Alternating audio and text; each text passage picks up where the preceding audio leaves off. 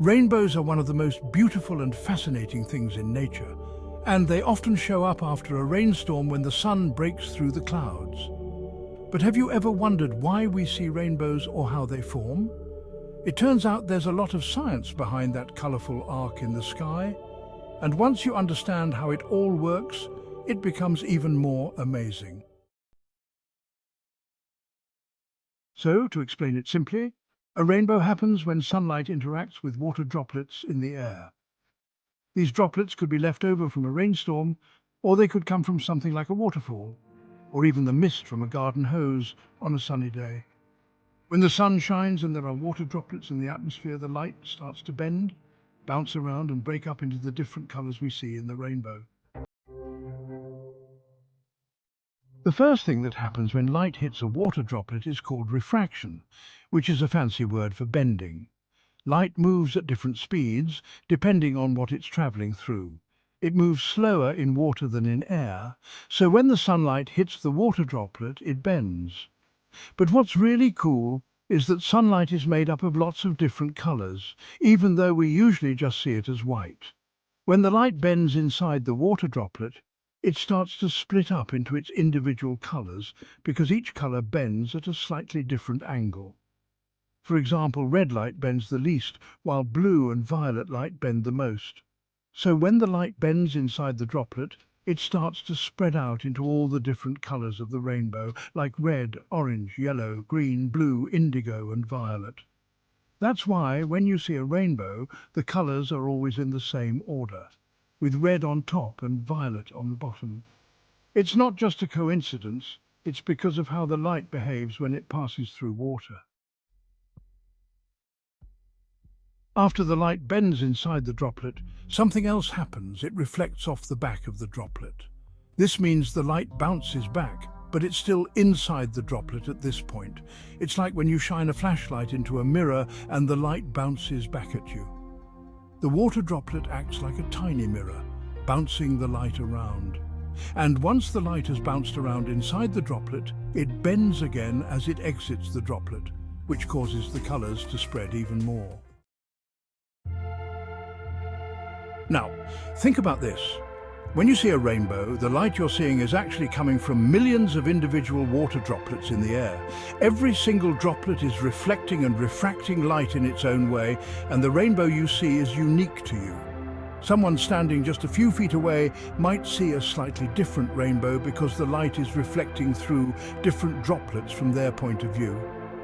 It's kind of amazing to think about how personal each rainbow is. The position of the sun is also important for seeing a rainbow. The sun needs to be behind you and the water droplets need to be in front of you.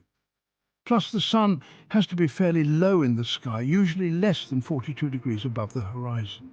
That's why rainbows often appear in the late afternoon or early morning when the sun is lower. If the sun is too high, the angles don't work out and you won't see a rainbow.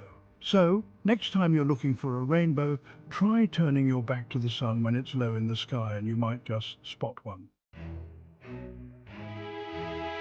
One thing that's really cool about rainbows is that they're actually full circles. We usually only see the arc because the ground gets in the way, but if you're ever lucky enough to be in an airplane or on a tall mountain, you might be able to see a complete circular rainbow. It's the same process happening with light and water droplets, but because you're higher up, you get to see the full effect. Imagine how amazing it would be to see a rainbow like that. Another thing that sometimes happens is a double rainbow. You've probably seen pictures or videos of a double rainbow, and if you're lucky, you've seen one in person. In a double rainbow, there's a second fainter rainbow that forms outside the main one, but the order of the colors is reversed. So, in the second rainbow, violet is on the top and red is on the bottom. This happens because the light reflects twice inside the water droplets instead of just once. Each time the light reflects, it loses a bit of its brightness, which is why the second rainbow is fainter. What's really interesting is that rainbows don't just happen after rainstorms. You can see them anywhere. There are water droplets in the air and sunlight. For example, if you're at a waterfall on a sunny day, you might see a rainbow form in the mist. Or if you're watering your garden with a hose and the sunlight hits the spray at the right angle, you can create a mini rainbow right in your backyard. Even fog can sometimes create a rainbow if the conditions are right. Rainbows have fascinated people for centuries, and they've taken on all kinds of meanings in different cultures. In many cultures, they're seen as symbols of hope and promise. For example, in the Bible, the rainbow is a sign of God's promise to never flood the earth again after the story of Noah's Ark. In more modern times, the rainbow has become a symbol of unity and diversity, especially in the LGBTQ+ community, where the rainbow flag represents different people coming together as one. In mythology, rainbows have been seen as bridges between the human world and the gods.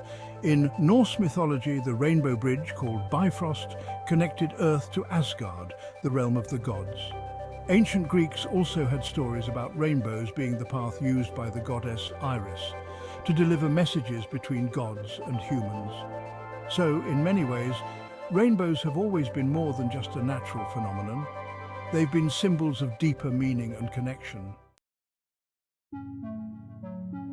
While we typically think of rainbows as appearing during the day, there's another much rarer type of rainbow called a moonbow. A moonbow happens when the moon's light is bright enough to create a rainbow at night. Since moonlight is much dimmer than sunlight, moonbows are usually faint and appear white to the naked eye. You can sometimes see them in places with clear skies and lots of water droplets, like near waterfalls or in misty environments, but they're pretty rare. There are also times when you might see extra bands of colour inside the main rainbow, called supernumerary rainbows. These are caused by smaller water droplets, and they create faint, extra rainbows within the main one. If you ever spot one, it's a rare and beautiful sight. So, rainbows are the result of some pretty cool science involving light and water droplets. They form when sunlight reflects and disperses inside water droplets, splitting the light into its various colours. The fact that rainbows are so personal and unique to each observer makes them even more special. And they've always held a place in human culture as symbols of hope, unity and connection. The next time you see a rainbow, remember that you're witnessing an incredible natural process and maybe even a little bit of magic. Make sure the background music is not too loud.